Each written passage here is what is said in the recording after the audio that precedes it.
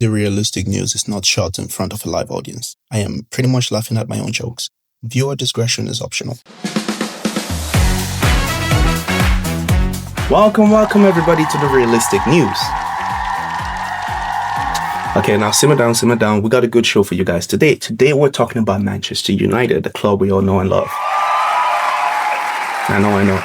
Now, unfortunately, the club is currently being run to the ground by the Three Stooges, but last season, they made an accidental decision. They fired a coach that they promised they would back and give time. And, with a long-term plan, they fired a coach. But it worked out because we brought in Carrick. And Carrick took us to third. Now, normally we wouldn't cheer for third with Manchester United. We challenge for titles. It's what we do.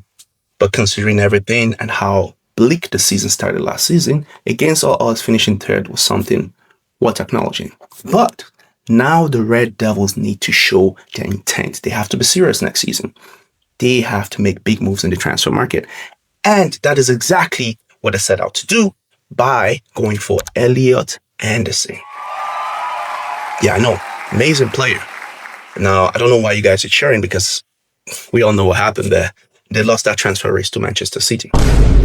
Yeah, the race was more like the official came out and said, on your mark, set, go.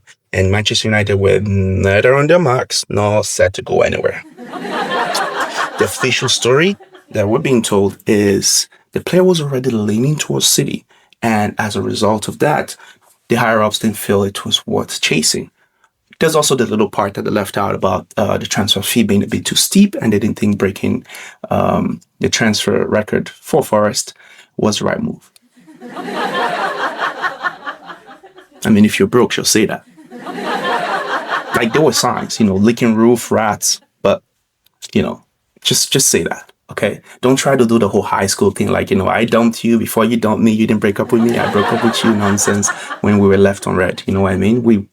It's whatever. Here's the thing. It is imperative that we do bring in some big players. And Man United, we're not done in the transfer market. We were linked to Tonali and Fernandes. Decent players, right? And the only other club that was realistically still in this race was Spurs, right?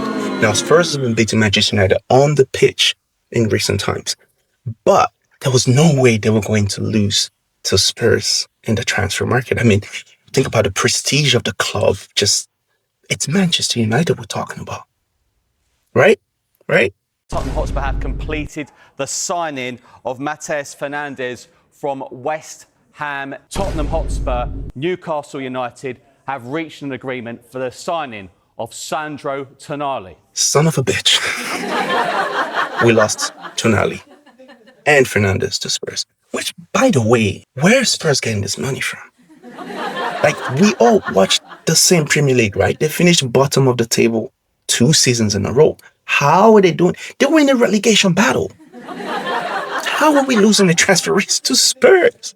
They can't possibly still be spending the money from the Europa League that they won. Can someone please check to make sure Hush Puppy is not the new CEO of Spurs? Because they've got to be scamming. Because how are they getting this money? Now, things were starting to look bleak with Arsenal winning the league, with some of the fans basically claiming that Saka is better than Ronaldinho and Pele. We had to make a difference. We have Casemiro leaving the team. We have Mason Mount making the NHS work overtime.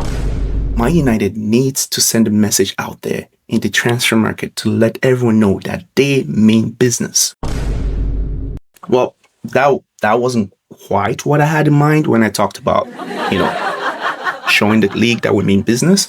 I was thinking more of like a real statement of intent. But I guess the statement of intent is pretty clear.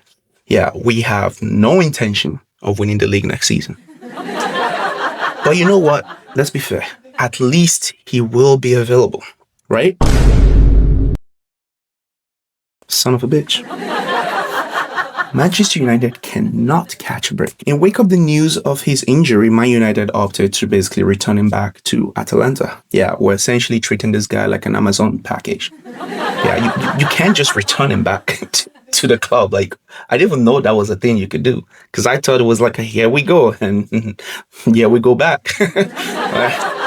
There's a first time for everything, right? I guess as long as you return him within the number of days outlined in the Atalanta return policy, you do get a full refund, right? Yeah. You like that one, didn't you? Now, if you're a United fan, you might be thinking it's all doom and gloom. But look on the bright side. Marcus Rashford is back at Old Trafford. Wow.